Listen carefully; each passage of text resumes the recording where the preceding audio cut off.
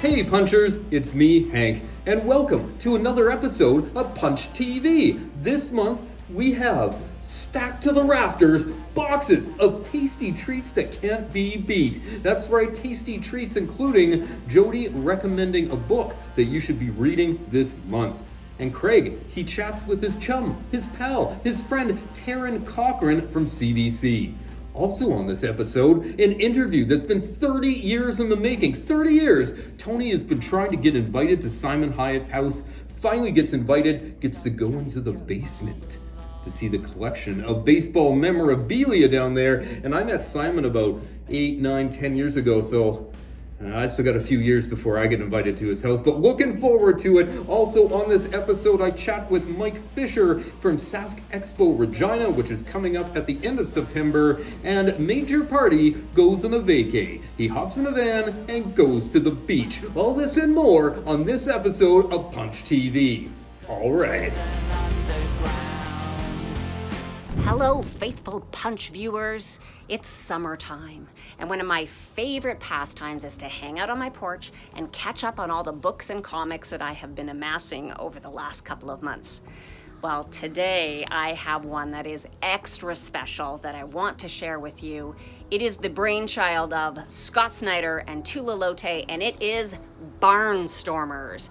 Now, a lot of people probably know Scott Snyder from his work on DC. He writes a lot of stuff for them, but they might not be as familiar with the work of Tula Lotay.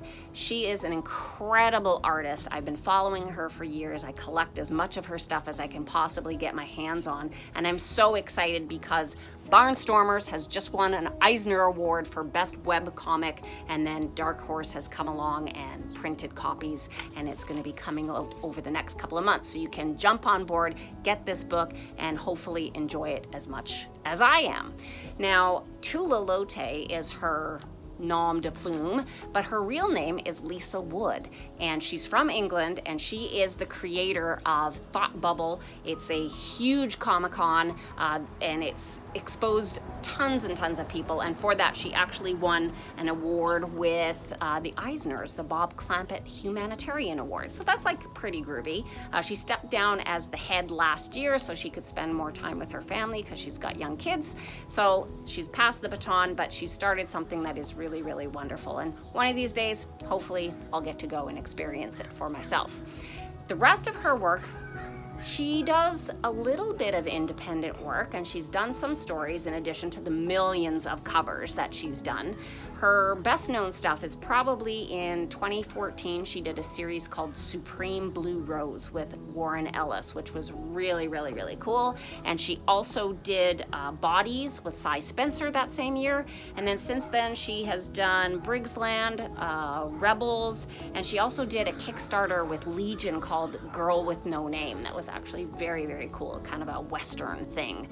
I love her work. It's dreamy, it's like the watercolors. Every single panel is like a beautiful, amazing piece of art. You just can't go wrong with it. So check out her backlog of stuff. She also puts out some incredible art books, one every 2 years or so. They're really gorgeous little paper. I won't show them all because some are not suitable for everyone, but they are just absolutely incredible works. Now, Barnstormers. Let's talk Barnstormers. So what is a Barnstormer? Well, it is a pilot. And in the 1920s, they would fly to towns and do tricks and offer rides. And this is the story of Hawk E. Barron, also known as Bixby Huckett. And he is hoping to make a bit of a living. He's been told that if he goes to Barnville, North Carolina, he'll be able to make some dough. And he crashes, literally, a wedding. And this is the wedding of Tilly Murphy and Peyton Carlisle. And Tilly and Hawk, or Bixby, take off into the wild blue yonder. And short on their heels is Zeke West, who is a Pinkerton. He's been hired by the Carlisle family to get Tilly back because they assume that she has been abducted. Well, maybe not everybody was super jazzed about this wedding happening. they go and they crash another party, and unfortunately things go awry for them and they have to make a quick escape, and who knows what's going to happen next. That is what happens in the first issue, and there's lots more to come. It is just a glorious, glorious thing. There's also this side plot, which not sure what's going to happen yet. Who is Mr. Baby, and what is his influence on this plot line going to be? We are going to find out, hopefully, very soon. This will be a monthly. It's a big fat book. There's lots of juicy content. The artwork, as I said, is absolutely compelling. So you definitely want to put this on your pull list and check it out. And it will be released as a graphic novel after, so you can get the whole story in one go. But you might not want to wait till then, because it is just that good. So put that on your pull list, check it out, and hopefully you're filling your hot summer days and cool summer nights with some great books and comics of your own. Thanks for tuning in. We'll talk to you next month. Hey everybody, it's Craig Silliphant here, and I am joined by my friend Taron Cochrane, the Senior Communications Officer at CBC. So he's got a whole world that he deals with on that side. But Taron, like myself, is also a big music fan and does some on-air things with CBC.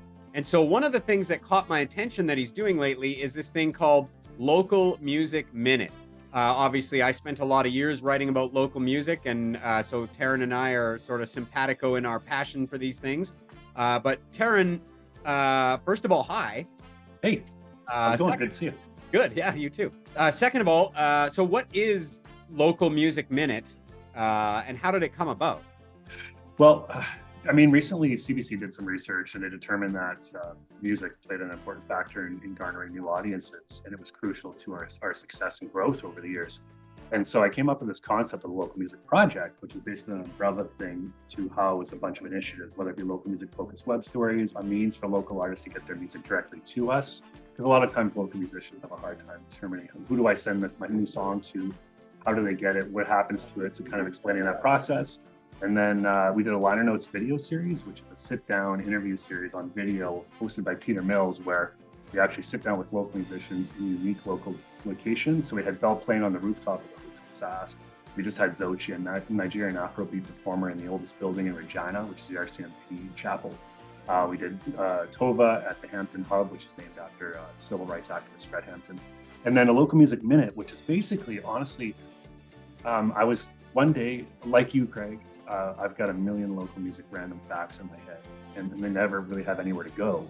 I mean, I'm not talented enough that I could write a book called Exile Off Main Street like you. But, nice plug, thanks. Thank you.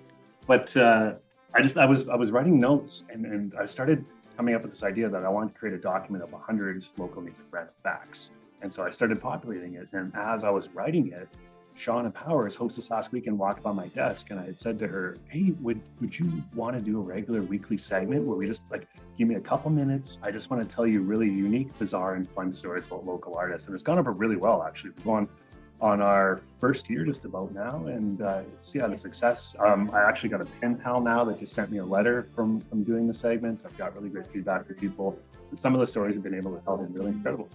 Nice. So what have you covered so far, or at least like a smattering of it, and what are we going to see in the next month or two? Yeah, so I wanted to start off. I started off with Matt Kipe, who's an instrumental guitar player in Regina, and mainly his story was actually more about his EP he released, which the EP cover was a 1937 painting that his uncle gave to his parents at their wedding, which actually had a picture of Highland Peak, which has its own story in Alberta. It was the cells of Canmore. It's actually part of a 2018 CBC documentary, which I thought was fascinating. But then I've covered Coulter Wall doing a cover of cowboy poet from the village of Abbey, Saskatchewan, called Louis Peterson III, and the song High and Mighty. He wrote a 1975 concept album about rodeos. I've done People of the Sun, who is an 8-piece R&B hip-hop group from Regina. I just recently did the Steadies from Saskatoon. I did the whole kind of career story of Earl Pereira, who's a frontman from Wide Mouth Mason and opening for the Rolling Stones to Big Shiny Tunes 2. to Mo Badass, and of course the Steadies. And my latest one is actually on King Ganem, who is a fiddle player from Flip Current. He's Syrian, Lebanese, and English.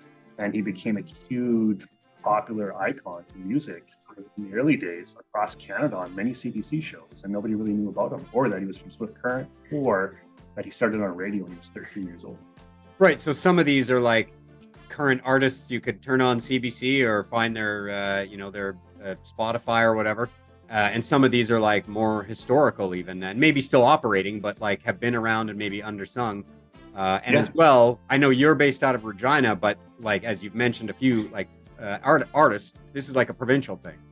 Absolutely. So I want to cover some of the future ones I want to cover. I want to talk about Omar Blondel from Wynyard, Saskatchewan. And so if many people aren't familiar with him, he was a fellow that was going to Iceland to a family member's funeral. I think it was his dad's funeral.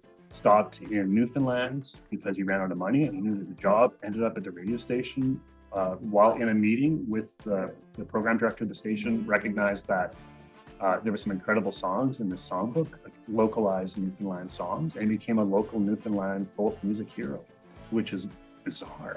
Yeah. I also want to talk about Tennille Arts, who, that's going to be my next one, who had a #1 hit song in the U.S. on country radio. She's the first artist to do that, a Canadian artist to do that since Emerson Drive in 2007, plus the first all-female team ever to have a #1 song on country radio in the U.S., which is mind-blowing and it's crucial in these present times. So. Nice. So where can we find it? Where can we hear the local music minute? Yeah, so everything, it airs generally, depending on schedule shifting, they'll air Sundays at 8:10 a.m. on CBC Radio 1 on Saskatchewan Weekend on Shauna's Show, 102.5 in Regina, 94.1 in Saskatoon, 5:40 a.m. across the province, and of course CBC Listen. But then also cbc.ca/local music minute, I'll actually take my scripts and alter them for web. I'll put them up there, I'll take the audio and I'll embed the audio. If you go on the CBC Listen app as well, you can actually type in Local Music Project, and everything we've done under the Local Music Project that has an audio element to it is all piled in there, so you can find them all in there as well. Awesome. Great. Well, that's the Local Music Minute on CBC with Taron Cochrane, and I look forward to hearing more of them. Thanks so much for joining me today, Taron. Absolutely. I appreciate it. Thank you.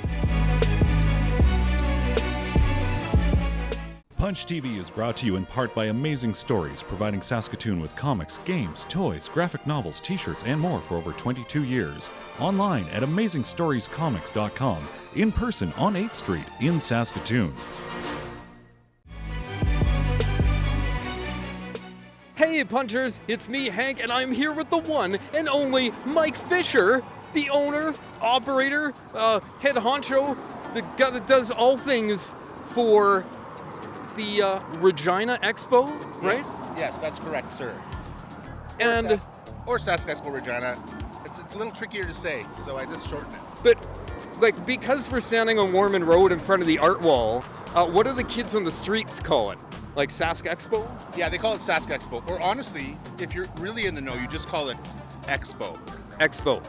Are you going to Expo? I'm going to Expo, and we hope you're all going to Expo too. Now, it just so happens that this year, word has it that April O'Neil from Teenage Mutant Ninja Turtles is coming. We're standing in front of the Ninja Turtle wall. So tell us all about everything we need to know about Expo. Yeah, we're excited for her to come. She canceled last year, she had to cancel, so she's excited to come and see everybody and make it up to us in Regina. So yeah, she's September 23rd and 24th at the Real District, it's called now. It used to be Evrad's Place, but at the exhibition grounds in Regina. And then we have some other guests as well. We've got some artists, local and national creators, all kinds of stuff to see and do. So with the expo, as most people I'm sure have gone, and if not, they've heard about such things, going to be people in costume, I'm assuming? Like people are encouraged to dress up? Definitely. It's not mandatory, but that's a huge part of it. You know, there's so many people dressed up and they take so much attention to detail for the costumes and they spend a lot of time on them. And it's awesome just seeing them all and then seeing little kids kind of see their heroes in real life is an especially fun part of it. Like maybe people will be dressed up like Teenage Mutant Ninja Turtles. Although we're not standing in front of Leo because if anybody, like Leo's the best, but... I'm glad we agree on that. Phew, I thought we were going to get into a fight. No, Leo's the best. So where can people go to find out information about all things Expo? So reginaexpo.com, and then of course we're on Facebook, Instagram, Twitter, and even TikTok now. We're in. TikTok. So, what sorts of things might people find on the Mike Fisher run TikTok? There's not much on there right now because I'm an old man and I don't really know how to use it. But there's guest announcements and there a few videos we've asked people to kind of submit about what Expo means to them, and I like those a lot because it's nice to hear and kind of see what people get out of it and sort of what they enjoy. So that's all on there. But Facebook is really where most interaction happens. And what are you most looking forward to about the 2023 edition of Expo? I'm just really looking forward to seeing the show back to pre-pandemic levels in every way. A lot of people coming out and enjoying it, guests being comfortable coming, and just sort of having it back to what we knew and loved from 2013 to 2019. I love it. I'm going to be there. You're going to be there. You're all going to be there. And the dates again? September 23rd and 24th, 2023. ReginaExpo.com for tickets and all the information. We look forward to it. Thanks, Mike. Hi everybody, welcome to The Collector. My name is Tony. I'm here today with Simon Hiatt. You might know him from Shaw TV. So today you're here in my Collector episode. You're here talking about things today, which would be your collection of baseball signatures and paraphernalia. Yep. So I'm into Star Wars and you're into baseball. Yes. So those are true facts. because of that, I think that you like the San Francisco Giants. Close. Is that your team? Close. It's team? more of a. Is it the Cubs? It's the Cubs. There's so much stuff in this room. I've known you for 30 years? 40 years? How long have I known? It's like 30 years. 30 years. Yeah. And I go into your basement the other day, and I'm like, look at all these signatures. You have so many signatures of ball players. Yep. And there's even like a golfer over there that I saw. Yeah. And I looked and I thought, why have you not been on an episode of The Collector? So I've been wondering the same thing for years. Really? Oh, yeah, I'm I've sorry. always wanted to be on, and I'm super excited. Thank That's you. awesome. Thank you for coming. Well, like that, I love being at your place and seeing what you enjoy. And you obviously enjoy this and you love this. It's a passion. It is. So I'm looking over at all the signatures you have, and I noticed your big Cubs wall. Now this is actually from the World Series of 2016. That's correct. So this is like you were saying earlier. This is like the dream team, and you've got signatures for a lot of the players. So every single player that was on the World Series roster that defeated Cleveland in 2016, their signatures are somewhere on this wall, as well as the manager and the Coach. general manager. Wow. Yeah. Owner? Don't have the owner. I do have a photo with the owner. Really? Yeah, I met him in Boston. This when I is was there. crazy. Yeah. Where do you get your autograph from? It's a wide variety of places. A lot of them, if you're buying them, obviously you want to be careful and make sure you're getting authentic things. So I buy from very reputable places if I am buying, usually from directly from a dealer or from eBay with proper authentication. But a lot of these I've actually gotten in person. That's crazy. See, I had no idea. I had no idea you were that It's guy. like you don't even know me. I feel like this is a part of our friendship Yeah. that you've been hiding from me. Like it wasn't cool, so you didn't tell me about it. I'm not super worried about being cool in front of you. Because I've listened to a lot of Star Wars talk. That is true. That is very true. I love my Star Wars. It actually all started off, I'm sure we'll get a shot, but the bat at the very top was a gift from my wife, Yeah. who gave it to me as my wedding present, and it's a bat signed by David Ross, who's actually now the Cubs manager, Yeah. but he was a player on the World Series team.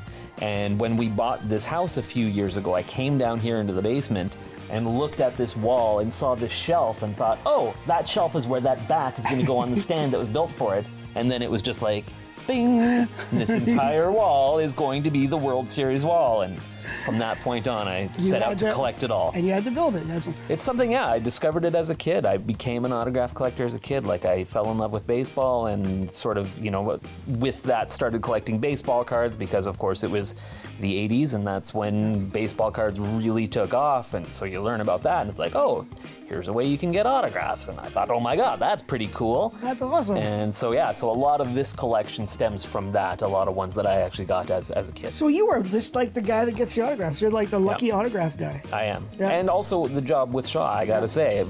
it's also presented a lot of opportunities to meet some really cool, famous people. And You get Will Arnett's signature. I did absolutely Yes, get Will Arnett's signature. Because you worked with him on an ad. Well, working with him is a kind way to put it. I was able to go on a trip to Toronto when he was filming a commercial a few years back, and got to hang out with him a little bit. So that was pretty cool. I got an Arrested Development script signed by him. By him. What about you? Got Ricky Gervais' signature too? Did you not? Did, yeah. Went to Banff in 2010 for the World Television Festival. I can't remember exactly what it was called, but he was there, and so got a quick interview with him, and he signed an autograph.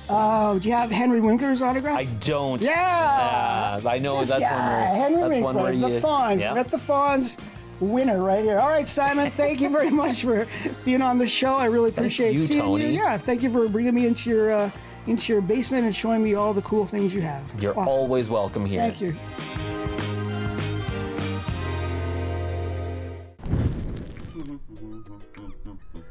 Oh, hello there. This is Major Party, and this is Major Party's Major Summer Punch Party. And here I am, chilling out at Manitou Beach. Today, I have a very special episode, as we will be talking to some of my favorite friends, my A-list. That's right, I opened up my little black book, and I called some of my favorite friends to tell us what they like to do for the summer. Hey, Ace Frehley, guitar player from Kiss. Former guitar player from Kiss. What do you like to do on your summer holidays? I like to call Kiss all the time to find out when I can be on the next tour. So, call me. I'm home. Anytime. You have my number. But here's my good friend, Anakin Skywalker. You know that one. Hey, Anakin. Now that the Empire is destroyed and you're retired, what have you been up to? Well, I've had to... It's been a bit of a struggle, actually. My summer's going well, but I've had to take up bartending here in Blackstrap.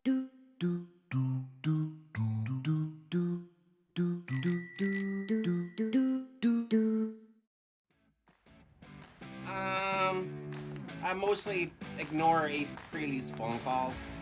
Big shout out to this month's sponsor, Big Jim. Now, as you know, Big Jim has been so nice to let us use his karate dojo, and today we have the Big Jim Sports Camper. That's right, Slipper 2, a Big Jim Sports Camper. All right, and yes, Major Party, the only reason why I agreed to this is because you said that Superman would not be here this time after what he did to my karate dojo. Oh, what's... Whoa! Oh, hello there. Hang on a second. I think there's actually a door.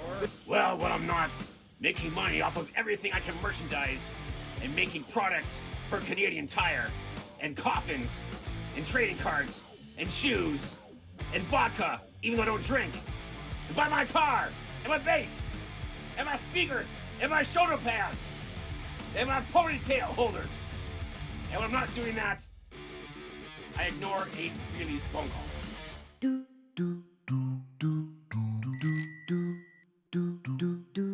What is this I see? Is this a parasailing RoboCop? Oh, hello there. RoboCop, how's your summer been? Pretty good. I just parasailed all the way here from Puerto Vallarta. Could you believe that? Wow! Oh, I just knocked over these. Oh, it's okay, you're parasailing. So, Paul Stanley, lead singer from the supergroup Kiss, what do you like to do for your summer?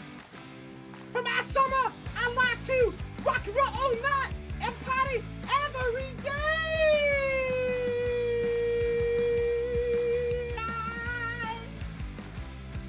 And ignore Ace Frehley's phone calls. How was Puerto Vallarta? Tell me all about it. Oh, it's amazing. You go down and walk on the Malecon, and there's like statues everywhere, and it's like $1 for a Corona, and you can actually even buy Saskatchewan Rough Riders blankets right on the beaches of Puerto Vallarta. It's crazy. Wow, I can tour internationally and buy products I could buy from my local mall? Oh, Brittany, it's so great getting to sit here at Manitou Beach with you, just having our ice cream and just chilling out at... Wait, who's that? It's my good friend, Michael Jackson. Hello there. Oh, and he brought along Macaulay Culkin. Good, so Anakin, what is your signature cocktail if we're coming to Blackstrap that happens to look a lot like Manitou Beach? That's a mere coincidence. Well, that's gonna have to be the Sith on the beach. That's what old Han's drinking right here. Oh, that sounds great. And speaking of Han Solo, oh wait, here comes Greedo. Greedo, tell me between you and Han Solo, who's gonna shoot first? Oh, that Greedo.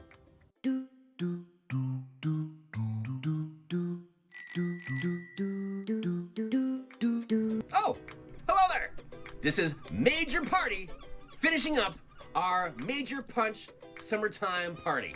I'd like to thank all of my celebrity guests for telling us what they like to do for their summertime holidays. And guess what? We made it through the whole episode without any damage to Big Jim's sports camper by any superhero. How lucky is that? Oh.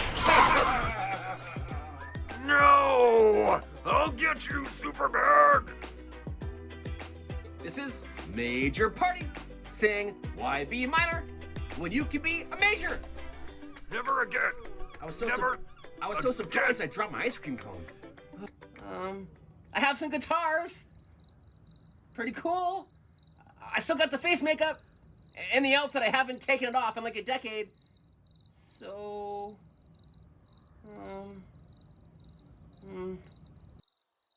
call me. So, that about wraps things up for another episode of Punch TV. A big thank you to Mike from Sask Expo Regina. A big thank you to the other Mike, the Mike who owns Glitch Gifts and Novelties here in Saskatoon, for going on vacation with Major Party and I and all our weird friends. A big thank you to Taron Cochrane from CBC, and a huge, tremendous thank you to Simon Hiatt for finally allowing Tony into his house. And on behalf of Jody and Tony and Craig and Major Party and Kathy and Dean and myself, thank you for watching. For all things Punch TV and Punch Radio, follow at PunchYXE on the Instagram and the Facebook and the Spotify, the Apple Podcasts, and the sweet, fresh new YouTube. That's right, subscribe on YouTube at PunchYXE. And last month I mentioned that my son Castle is on a quest to bring back turkeys. More turkeys in film and television, because they're a very funny bird that the only time you really get to see them is when people are eating them. And that's not fair. Bring back the turkeys. You saw a trailer last month. Get ready for the second installment right now. And as Jody would say, keep your dukes up. These are dukes. And we'll see you next month on Punch TV. All right. Hey, Han Solo. I haven't really talked to you too much. What do you have planned for this summer? Well, Major Party, I went and bought a few acres of land, and I doing some farming. I got some animals. You know. Wow, Han Solo. Now, Han Farmer. Han, what kind of animals are you going to be growing? Well, I thought that I was going to have some alpacas, but you know what? My farm is just full of turkeys. Why did it have to be turkeys?